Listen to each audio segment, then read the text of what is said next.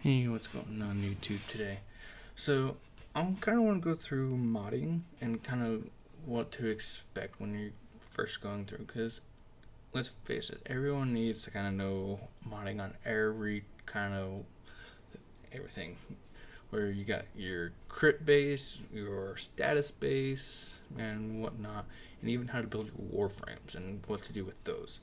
So, we'll start off here with my Nyx, and I went through and just cleared out a build, so it's complete clean slate, and it's also zero format. And I'll explain more about formulas later. You'll see in just a bit. But so in this top corner here, you got right on the top two, you got an aura slot and then an Exla slot. These two are different in very many ways. Aura slots, you have to have only an aura, so you got all these different kind of aura mods. What aura mods do, if you match the polarity, it will boost them out. So I take this dash polarity, it's saying that it's going to match, it goes up to 14 instead of just 7. If I would say put dead eye on, which is a V polarity instead of a dash polarity, it takes it only to 5 instead of 7. So you want to make sure that you match the polarities as best as possible, because now you see I go, instead of having 60 capacity at max rank, I have 74. And that's also having a catalyst installed, which doubles your modding capabilities. Then you want to go through and build kind of what you feel is best. You got duration, efficiency, range, strength. Then you also got your armor, your energy, your health, your shield, and if you want, sprint speed. I like to have as much energy as possible, so I put prime flow on all of mine. Then I also like to have a good amount of health, so I put on vigor, which also boosts my shields up, as you can see. The next thing that I'm going to work on is usually efficiency, duration. So I put prime continuity on. These two do have just a regular version, which you can use those just fine. So next, if you want more health, you can put a vitality mod on, which you get that pretty early in the game. So that gives you a good chunk of health for starting off. Next, I'm going to put Intensify on to boost my Warframe's abilities damage output and whatnot. Then you're going to go through and just kind of find different mods as you go through.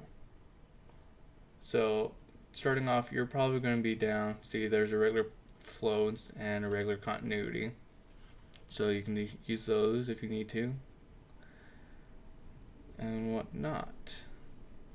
So here's a bunch of unranked mods. You can put them on as you please. But what I'm going to put on is probably Augur Message, Augur Secrets, and I could put on Stretch. Actually, what I probably should put on is Streamline instead of Secrets. So Stretch increases the range. Streamline makes it so that your abilities cost less. More duration. So there's just kind of a nice little build we got here for Nyx. So there's the stats without the mods. And with the mods, everything that's in green means that it's either been increased in damage or efficiency or duration or kind of whatever it says that it's in. If it's in red, which there are ways to get red numbers, which I will show you on a different build that I have on a different Warframe. But that's pretty much your typical a good build. And that's no formula needed. Now here, if you look at the top by the sum of prime, you got 30. Then you got that little V with a 3 in there.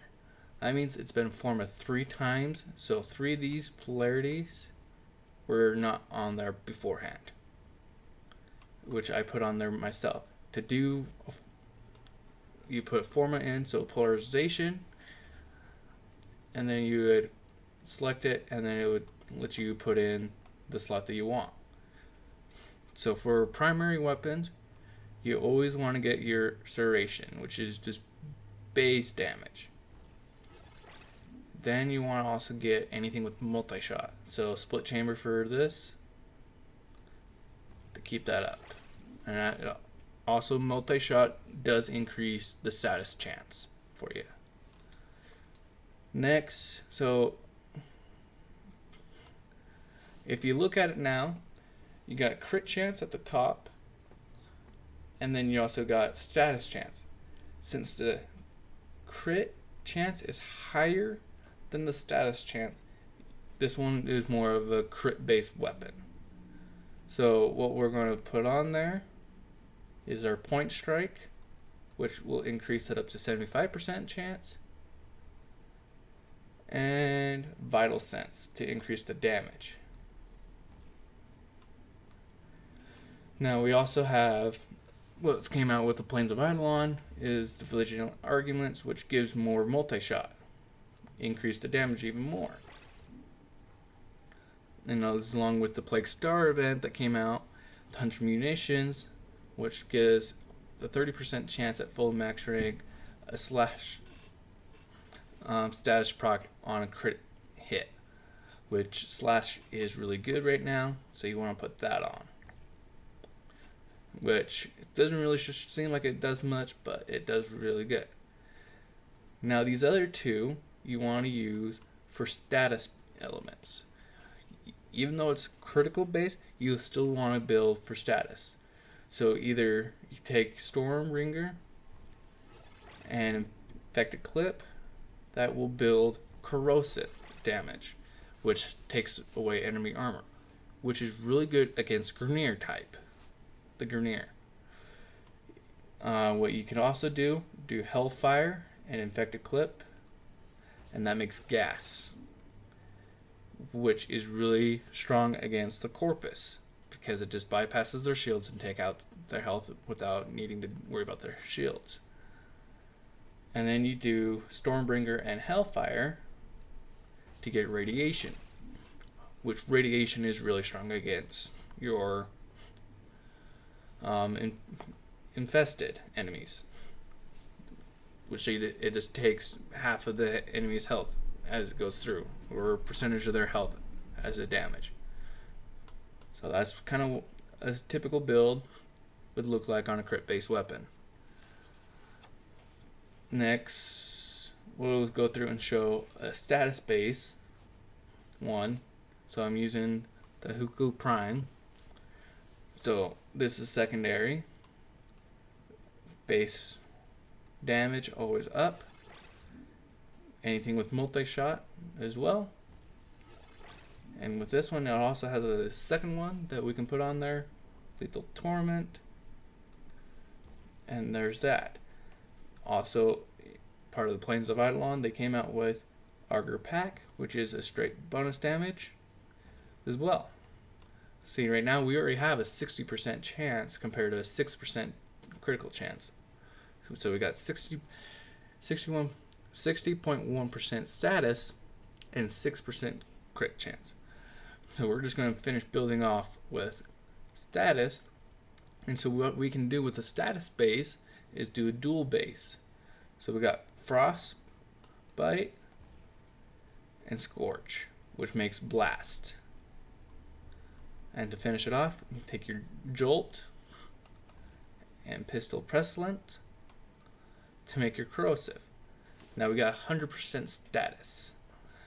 So pretty much every time that we hit an enemy, it's going to be Blast and lose a little armor. This is the most effective against the Grineer. To show also, you got your Radiation and Viral. What Viral does is goes through and creates and makes it so that enemies will attack each other, which is really great against the infested, because then they go through and attack each other and kind of makes it a lot nicer for you. Then you got the gas and magnetic build here, which is really good against the corpus, because what magnetic does is it takes a more chance away from the shields. More shields go away, and also their health, so it just drops their health bar down and kills them faster. So that's kind of a status base. So primary and secondaries pretty much have the same kind of builds going on for them. Melees, on the other hand, are a little different.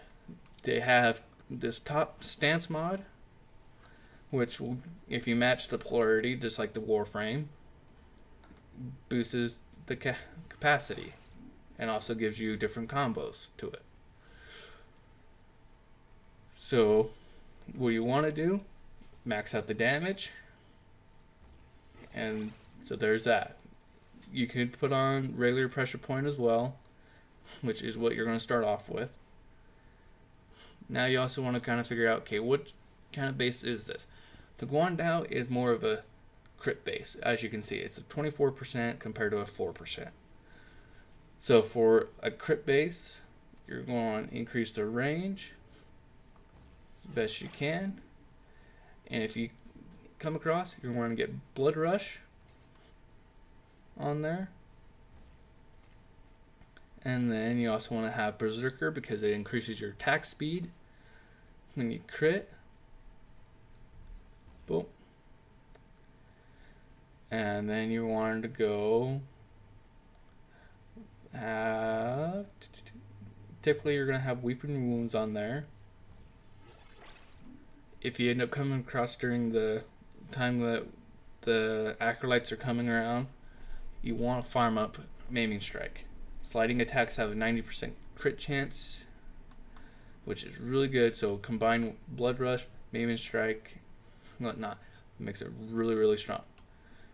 We're also going to put on Drifting Contact to increase our combo duration and status chance this a little bit to help out Weeping Wounds, which is 45% status chance, stacking up with combo. And the Blood Rush is the 165 crit chance.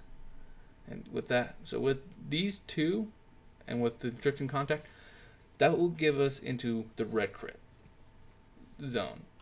And to top this all off, you want to have Organ Shatter for the crit damage. So this is kind of your typical melee build for a crit base. Now if you're lucky enough, you're going to have a Riven. If you can end up finding a Riven for any of those crit based weapons that you can find melee weapons, you kind of want to go for either range, damage, crit chance, crit damage, any of those kind of things. So this is kind of what I got on my Guandao now.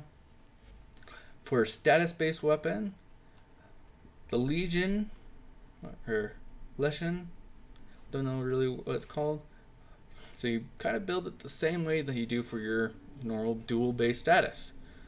So you get pretty much everything. So you get your primary, prime pressure point, so your melee damage. You want to get the range out there a little bit, make it easier to hit multiple enemies, increase the attack speed, and then you got a Jagged Edge for slash because it's more slash space, which to kind of show that off, I'll get another one. Actually, I'm going to switch to Spoil Strike, more damage but slower attack speed. Put that on its place. So when I get that fully maxed out, and of course you got your dual mods here. So to kind of tell whether it's a slash or puncture or whatnot base, you just pretty much go to the basic roots. So when you go to select a gun or even a melee weapon, you can see you got puncture, impact, and slash, or IB or IPS is what they call impact puncher status. So for the Soma here, you have a 4.8, a 1.2, or or a 6.0. So it's more of a slash base. That's kind of how you go. The Tigger's Prime, clearly you can see that it's a higher slash base compared to all the rest. 156 for puncture and impact, and then over 1,000 for slash. But then here with the Vectis Prime, you got more of a puncture than an impact. So each one of these do kind of different things. Punctures goes through and bypasses enemies' armors and makes them do less damage. Impact kind of knocks them over, ragdolls them. And slash goes through and goes directly to the health and does a % damage over time of your weapons damage. So there's kind of that. And to kind of talk about the melee, the red numbers, I'm going to go to my Necros here real quick. Actually, it doesn't have it. I know. Okay, right here. This build, that's right. So now you have the red damage, enemies affected, kind of those kind of stuff. So you kind of want to make red's kind of sometimes is good, sometimes is bad. It just depends on what you got going on. Now let's kind of talk about your companions. So Sentinels, you have the pretty much same kind of build going across. Animal Instinct, I like to put it on there because it helps shows where all the enemies are at close by you and the loot that's close by. For Helos, you want to put Investigator on. It kind of helps scans those things around, which makes it really nice. Med rate is amazing. Once when you get that, it helps heals you over time, which is great. And then you got its shields, its health, its armor. Sanctuary is a really nice one too because it goes through as you are reviving a downed ally. It puts a shield around you, and as you max it out, it boosts the shield around. And then Guardian, I really like because when you lose your shields, it automatically replaces the shields when you get it. And then you got Vacuum that brings everything in, energy, health orbs, resources. Makes it really nice for those that are starting off with the game to get all the items that they need. Then you got Prime Regen, which you can put the regular regen on, but pretty much what happens is when your Sentinel dies, it comes back to a certain percentage of health and can be revived X amount of times. But when the bad thing is with Sentinels is once when they are dead for good, they are dead for good. They cannot be revived by allies or anyone. But better note, you got other companions. So you got your Kavats, you got your Kubros and stuff like that. So for my Kubro here, my Kavat, wow. Each Kubro and Kavat have their own kind of special mods and things like that. So you want to make sure that you put those on. So Azaro Kavats helps increase the crit chances for anyone around it for so many seconds. And then has also a chance to reflect damage from itself. So you kind of want to put those two on it. Swipe helps its attack range and how many people it can hit. Sharpened Claws helps remove the armor from enemies. Med rate is its way of healing itself and helps it have a longer bleed out duration because Kubros and Kavats and Chargers, healing Chargers, the infested Kubros, can go through and be revived indefinitely. They get down, you can go revive them. Now you want to have Maul and Bite. If you can find these two mods right here, you are set because they are very good. Even though mine aren't fully maxed out, but they kind of help the Kubro or Kavat achieve max damage. Then you got Link Health and Link Shields. That's actually, so once when you max it out, it's actually based off of your current Warframe that's equipped with health and shields. So it stacks up pretty good amount. And of course I got Animal Instinct. You also have your linked armor and whatnot. So that's just kind of a typical way to mod whatnot, and how to have a good build, whatnot going on. Granted, yes, you can go through and do auto install or auto modding. I don't personally like it anymore. Once when you learn how to do modding, it makes it a lot easier just to do it yourself. Because if we would go through and do auto install mods, there's the kind of damage it would come out with. A very weird base build. As you can see, it doesn't even have any of the good stuff anymore. It's kind of sad. I mean, look, it even took off your stuff. It's not worth it. So make sure you just go through and learn how to mod the better way, because as you can see, it just dropped the damage potentially down dramatically of the Soma. So that's kind of my tip to you, how to mod properly and how to go through it all. I'm going to go through and kind of show in a later video how to mod and get things set up for a focus farm. So stay tuned to that, and hope to see you guys around. Peace.